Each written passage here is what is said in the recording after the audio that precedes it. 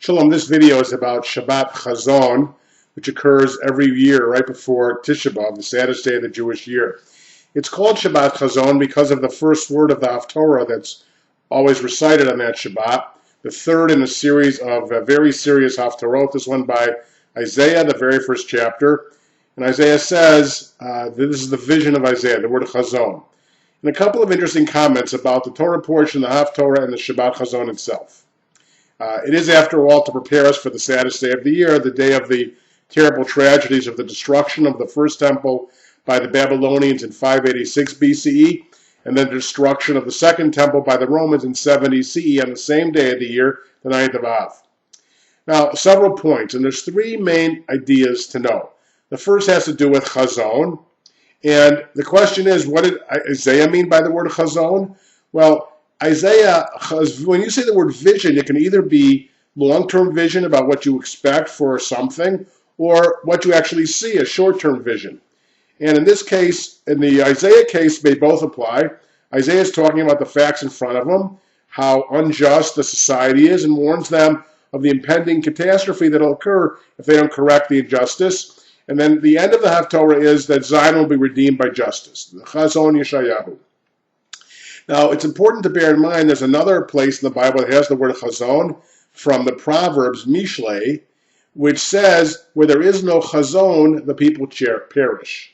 And therefore, it's the idea you need a long-term vision, too, about what you want to be as a people. So that's the first important aspect about Shabbat Hazone, the word chazon itself, either the short-term vision of Isaiah, saying, these are the facts I see before me, it's going to lead to catastrophe, unless you improve, or the long-term vision of chazon from Proverbs. The second main key word of Shabbat Hazone is the word eichah.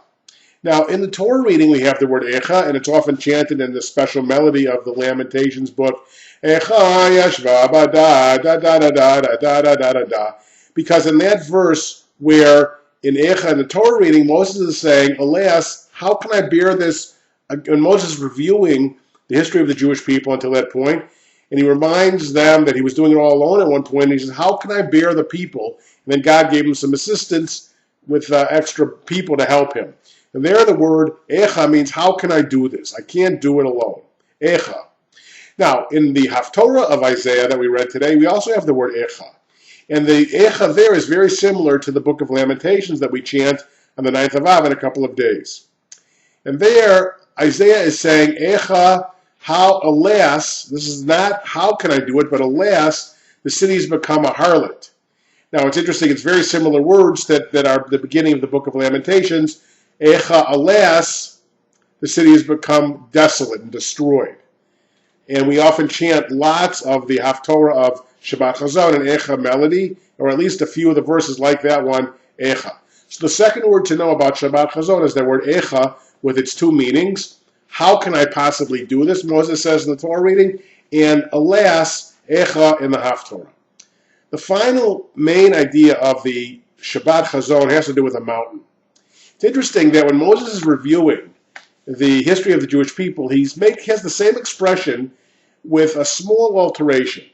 He says that Moses says through God says through Moses, alas, or how you people have sat on this mountain, lashevet al-hahar, you've sat on this mountain too long, penu, get up and go, usu. Now that's in chapter 1. You've sat, lashevet, on this mountain too long, get up and go. In chapter 2, we have almost the exact same phrase, but there it says, you have sov. Now, sivivon in Hebrew is the word for a dreidel, meaning going around, the saviv. So there God says, you've gone around this mountain too long, penu, get up and go. And so there the question is interesting about what's the difference between sitting on the mountain too long or going around the mountain too long, and how often in life do we avoid a problem by sitting still and doing nothing, or by going around and around and around and not addressing it directly? And so the third major message of Shabbat Hazone is, don't just sit there and watch the society crumble, because the catastrophe is going to happen. Get off that mountain and do something about it.